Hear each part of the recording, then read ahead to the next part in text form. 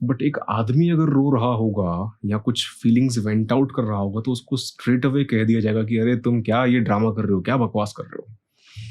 आपने देखा होगा कि कहीं रास्ते पर किसी गाड़ी से कोई आदमी गिरता है तो उसके आसपास इतनी भीड़ बहुत जल्दी इकट्ठा नहीं होती, लेकिन कंपैरेटिवली एक लड़की किसी गाड़ी से गिरती है तो 50 लोग अपना काम छोड़ के भी आ जाते हैं उसको बचाने के लिए। आप इस चीज से समझ सकते हो कि ब्रेकअप से मूव ऑन करने के लिए सपोर्टिव एलिमेंट्स एक लेडी के पास हमेशा अवेलेबल रहेंगे, ज्यादा रहेंगे। If she willingly chooses to express her feelings, she will always get some support. But being a guy, अगर आप विलिंगली चूज भी करते हो कि मैं अपने इमोशंस, अपनी नेगेटिव फीलिंग्स किसी के साथ शेयर करने का ट्राई करूं, तो सबसे पहला रिस्पॉन्स लोग आपको जो देंगे वो होगा जजमेंट। क्या ड्रामा करता है यार, ये लड़का है कि क्या है, आदमी है कि क्या है। ये चीज़ बहुत ही नेचुरल है, जो अगर मैं शुगर कोट करके नहीं कहूँ तो ऑनेस्टी, रियलिटी तो यही है। आप खुद भी जानते हो, शायद कुछ लोगों को कड़वी लगे लेकिन यही है। कुछ 3-4 साल का रिलेशनशिप था और अभी उस रिलेशनशिप का ब्रेकअप हुए 1-1.5 साल हो चुका है। I am still not able to move on नहीं कर पा रहा ब्रेकअप से। इसका सोल्यूशन क्या है? एक सिंपल सा अंडरस्टैंडिंग बिठाते हैं कि अगर आप यूँ मान लो, जितने व्यूअर्स हो, आप ये चीज़ आपके साथ होती है, आपका कोई फ्रेंड आकर आपसे ये कहता है कि यार मुझे समझ ही नहीं आ रहा कि मैं क्या करूँ, मैं अभी तक मूव ऑन नहीं कर पा रहा। मोस्ट कॉमनली आप क्या करोगे, या तो आप उसको जज करते हुए कहोगे कि यार तू इतना मैच्योर नहीं है क्या, इस उम्र में आके तू ऐसी बातें कर रहा है, इतना इमोशनल होना ज़रूरी नहीं है, इतना पागलपंती मत कर, इतना ड्रामा मत कर, राइट। आप सिंपल यही चीज़ें कहोगे कि यार जाने दे यार, ये कर ले यार, वो कर ले यार, ये एक पैग मार ले यार, ये कर ले वो कर ले, चल पार्टी करने चलते हैं, चल यहाँ चलते हैं वहाँ चलते हैं। बट उसकी जो फीलिंग है, आपको क्या लगता है कि उसने ये सब चीज़ें ट्राई नहीं की होगी?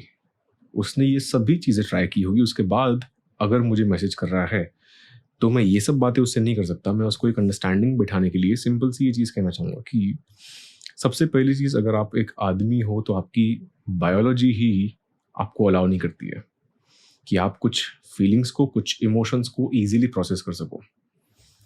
यूँ समझ लो कि मेल ईगो नाम की एक चीज़ होती है। मेल ईगो जो है वो नेगेटिव टर्म्स में कंसिडर मत करना, लेकिन एक ईगो जो है वो आपको किसी भी फीलिंग को, किसी भी रिजेक्शन को इजीली एक्सेप्ट करने के लिए अलाउ नहीं करता, राइट। मेल ईगो जो टर्म है उसमें से मेल निकाल लो, अगर वो ईगो किसी लेडी में है, किसी औरत में है, तो वो भी इतना इजीली एक्सेप्ट नहीं कर पाएगी। बट औरतों के केस में मेजॉरिटी ये है बात कि उनकी बायोलॉजी थोड़ा कंपैरेटिवली अलाउ करती है कि कुछ फीलिंग्स को, कुछ इमोशंस को वेंट आउट कर सके या प्रोसेस कर सके थ्रू टीयर्स या फिर थ्रू कुछ बात करके, एक्सप्रेस करके इमोशंस। इसमें दूसरी इंपॉर्टेंट बात ये भी आती है कि अगर कोई लेडी या कुछ लड़की अगर है तो उसकी बातें उससे सुनने के लिए, उसके इमोशंस उससे सुनने के लिए एज कम्पेयर टू गाइज, लोग वहाँ पर ज़्यादा अवेलेबल रहेंगे। उसकी फ्रेंड्स हैं, उसके मेल फ्रेंड्स हैं, फीमेल फ्रेंड्स हैं लड़की के। ज़्यादातर ये होगा कि वहाँ पर वो थोड़ा रैंट कर देगी, थोड़ा रो देगी, थोड़ी बातें कर लेगी, तो ये पॉसिबल है लड़की के लिए कि वो अपनी फीलिंग्स को वेंट आउट कर सके, which is equivalent to a therapy, right. आप किसी थेरेपिस्ट के पास जाते हो, थेरेपिस्ट क्या कर रहा है, आपकी बात सुन रहा है, राइट। आप बोलते बोलते बोलते बोलते कहीं ना कहीं आपके पास कुछ चीज़ें जो है आपके दिमाग में से निकल के जब आप शब्दों में निकालते हो तो वो एक तरह की, कहते हैं कि आपने अपने इमोशंस, अपनी फीलिंग्स को वेंट आउट किया, राइट। ज़्यादातर आदमियों के साथ क्या है कि वो मेल ईगो के चलते अपना फेलियर एक्सेप्ट करने से कतराते हैं या फिर वो कर नहीं पाते। एक आदमी अगर रोना चाहे तो भी नहीं रो सकता, राइट, क्योंकि उसकी बायोलॉजी ही अलाउ नहीं करती। इसके ऊपर बहुत बड़ा रिसर्च पेपर है, रिसर्च स्टडी है कि आपके जो हॉर्मोन्स हैं, उन हॉर्मोन्स के चलते अगर आप रोना चाहो तो भी आप रो नहीं सकते, चाहे अकेले में या पब्लिकली। बट फीमेल्स में ये चीज़ थोड़ी सी ईजी है एज कम्पेयर टू मेल्स। ये आप गूगल कर लेना, आपको चीज़ें दिख जाएगी, ठीक है, मैं बनावटी बातें नहीं कर रहा। वो अलाउ करती है उनको, उनकी बायोलॉजी। इसीलिए लोग कहते हैं कि यार क्या कहते हैं कि जो औरतें हैं उनको रोना बहुत इजीली आ जाता है। वो ऐसा नहीं है कि वो रोना चाहती है या फिर उनको रोना बहुत इजीली आ जाता है, नहीं, उनकी बायोलॉजी, उनका जो केमिकल्स रिलीज है वो उसी तरह के से होते हैं। इसमें एस्ट्रोजन का बहुत बड़ा खेल है, आपको ये पढ़ना पड़ेगा, थोड़ा रिसर्च करनी पड़ेगी, थोड़ा भेजा खपाना पड़ेगा, थोड़ा दिमाग खपाना पड़ेगा इन सब चीज़ों के बारे में समझने के लिए। सो अगर आप एक आदमी हो और मूव ऑन नहीं कर पा रहे, सबसे पहले तो ये चीज़ समझ लो कि आपकी बायोलॉजी अलाउ नहीं करती रोने के लिए या फिर नेगेटिव इमोशंस को एक्सेप्ट करने के लिए, कि आपको किसी ने रिजेक्ट कर दिया। इस चीज़ को एक्सेप्ट करने के लिए ही आपका ईगो बीच में आ जाएगा कि ऐसे कैसे मुझे रिजेक्ट कर दिया, सॉरी। अब वो चीज़ को प्रोसेस करने के लिए राइट, आपके हार्मोन्स आपका साथ नहीं दे पाएंगे कि आप या तो रो सको या फिर किसी के सामने जाके गिड़गिड़ा सको, रो सको कि यार मैं फेल हो गया। Most of men they can't do it, even if they want to, they won't be able to. ये समझने की जरूरत है। दूसरी सबसे इंपॉर्टेंट चीज, आदमी का रोना सुनने के लिए कोई अवेलेबल नहीं होने वाला। इस चीज को एक्सेप्ट कर लो। इसीलिए सबसे इंपॉर्टेंट चीज आती है आपकी रिस्पॉन्सिबिलिटीज। अगर एक रिस्पॉन्सिबल व्यक्ति है तो उसके पास ये सब रोना धोना करने के लिए टाइम ही नहीं है। वो कहेगा कि यार हटाओ सब चीज़ें, जो भी है, जो हुआ सो हुआ, मुझे अभी आज अपने काम पे ध्यान देना है। मुझे लगता है कि एक चीज़ है जो हमेशा आपके साथ रहती है, वो आपका काम। कहीं ना कहीं वो आपकी एक बैकबोन बन के आपका साथ देता है कि आपकी रिस्पॉन्सिबिलिटीज ही इतनी है कि आप एक चीज़ को लेकर बहुत लंबे समय तक रो ही नहीं सकते, रो ही नहीं पाते। आपको पता है अगले दिन मुझे काम करना है, काम करते करते कब भूल जाओगे आपको पता नहीं चलेगा। लेकिन कोई फ्री व्यक्ति है तो सारा दिन बैठ के सोचता रहेगा, भेजा खपाता रहेगा कि यार क्या हो गया, ये हो गया, उसने मुझे रिजेक्ट कर लिया। एक आदमी के लिए रिजेक्शन इतनी बड़ी चीज़ है ना कि उसका ईगो स्ट्रेट अवे खारिज कर देता है, ऐसे कैसे मुझे रिजेक्ट कर दिया।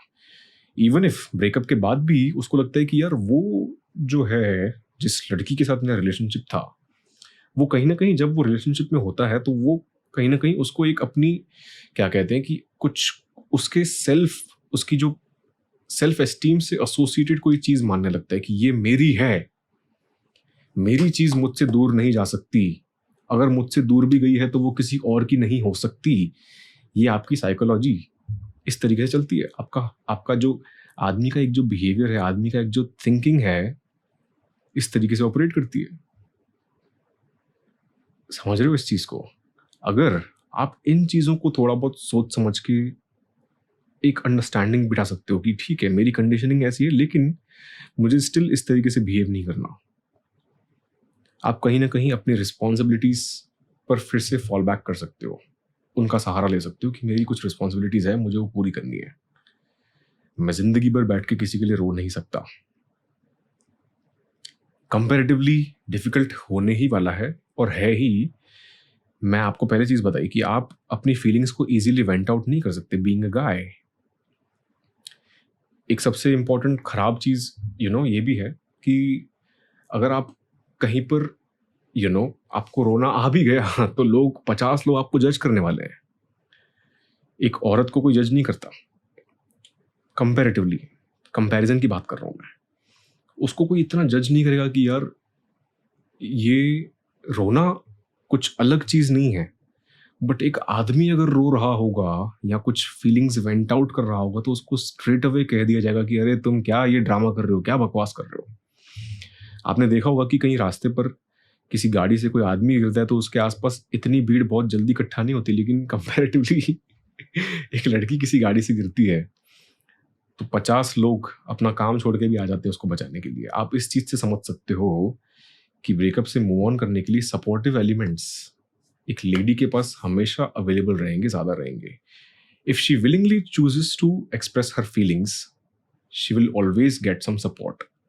बट बीइंग अ गाय, अगर आप विलिंगली चूज भी करते हो कि मैं अपने इमोशंस, अपनी नेगेटिव फीलिंग्स किसी के साथ शेयर करने का ट्राई करूं, तो सबसे पहला रिस्पॉन्स लोग आपको जो देंगे वो होगा जजमेंट। क्या ड्रामा करता है यार, ये लड़का है कि क्या है, आदमी है कि क्या है। ये चीज बहुत ही नेचुरल है, जो अगर मैं शुगर कोट करके नहीं कहूँ तो ऑनेस्टी, रियलिटी तो यही है। आप खुद भी जानते हो, शायद कुछ लोगों को कड़वी लगे लेकिन यही है। सबसे पहली चीज तो इसकी अंडरस्टैंडिंग बिठा लो कि आप नहीं कर सकते, नहीं कर पाओगे। इसीलिए आपको खुद की रिस्पॉन्सिबिलिटी हाथ से खुद उठानी है। बस रोना बंद कर दो, क्योंकि भाई ये देखो यही है, इंडिया में यही है, दैट इज इट। क्यों? क्योंकि उनके पास हमेशा ऑप्शंस ज्यादा रहने वाले हैं, सपोर्ट सिस्टम कंपैरेटिवली ज्यादा रहने वाला है। समझ लो इस चीज को। आपको खुद की रिस्पॉन्सिबिलिटी उठानी है, अपने काम पे हमेशा आप उसका काम का सहारा ले सकते हो। बस उसको प्रायोरिटी दो और कहीं ना कहीं उस नेगेटिव इमोशन, उस फीलिंग को दूर भगाने के बजाय किसी ऐसे काम पे ध्यान दो कि आपका ध्यान ही नहीं रहे इन सब चीज़ों के प्रति। ट्राई करने में कोई बुराई नहीं है, गारंटी नहीं है कि मूव ऑन कर लोगे, लेकिन ट्राई करने में कोई बुराई नहीं है। मेरा बस इतना कहना है। हर किसी की अपना बिहेवियर, हर किसी का अपना प्रोसेसिंग होती है अपने इमोशंस को लेके, राइट। इस मामले में मैं लॉजिक की बात नहीं कर सकता, इस मामले में मैं सिर्फ रियलिटी की बात कर सकता हूँ कि यार देखो ये हकीकत है हमारे सोसाइटी की। बस आप इसको जितना जल्दी एक्सेप्ट कर लोगे उतना जल्दी आपके लिए ईजी होगा समझना, राइट। सो प्लीज़ ट्राई कर लो और अपने काम को लेकर जितना सीरियस होगे, ये छोटी मोटी चीज़ें या आपके लिए शायद बड़ी चीज़ें जो भी है, छोटी बड़ी मैं कैटेगराइज नहीं करूँगा, लेकिन शायद हेल्प हो जाएगी। I hope all of this make sense. अगर आपके कोई भी क्वेश्चंस हैं या फिर आप चाहते हैं कि किसी टॉपिक पर मैं वीडियो बनाऊँ, then definitely you can ping me up on my Instagram, which is @yash Tulsiani. I'll see you next one. And till then, remember, keep shining.